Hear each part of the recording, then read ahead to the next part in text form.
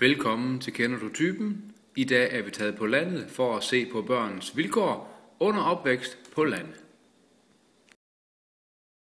Her er vi så kommet ind på et af husets værelser, og ud fra Anders And-figurerne er det jo nok et drengeværelse, vi kigger på. Ja, og det er vist et billede, som moren ikke vil have længere, og kummefryseren på værelset, det er måske sengen. Ja, det er sådan lidt, ja, det ser ikke for godt ud her.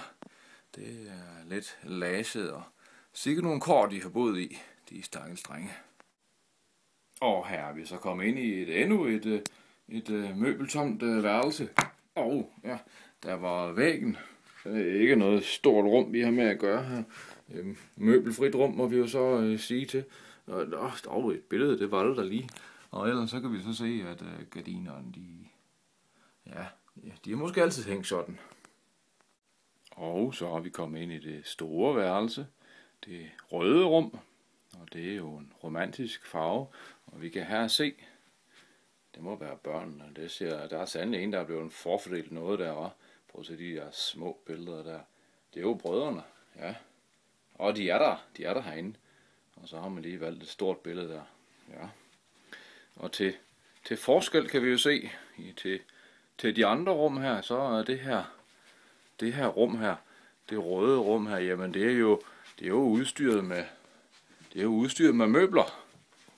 Det har vi jo ikke set i de andres rum før. Og tapet, der hænger fast. Bemærk, der er en, der har fået sodavand der. Det har vi ikke set noget af i de andre rum. Hold da op. Yderst mærkeligt. Besynderligt. Nå. Mm-hmm. Og der er en seng. Ikke fornægte. En 3/4 seng må det være. Og en stak tæpper, hva'? Det må være en frossen pind, der bor her. Ja, det må siges. Det må siges. Og så sandelig lige en stol mere. Ja, yderst interessant.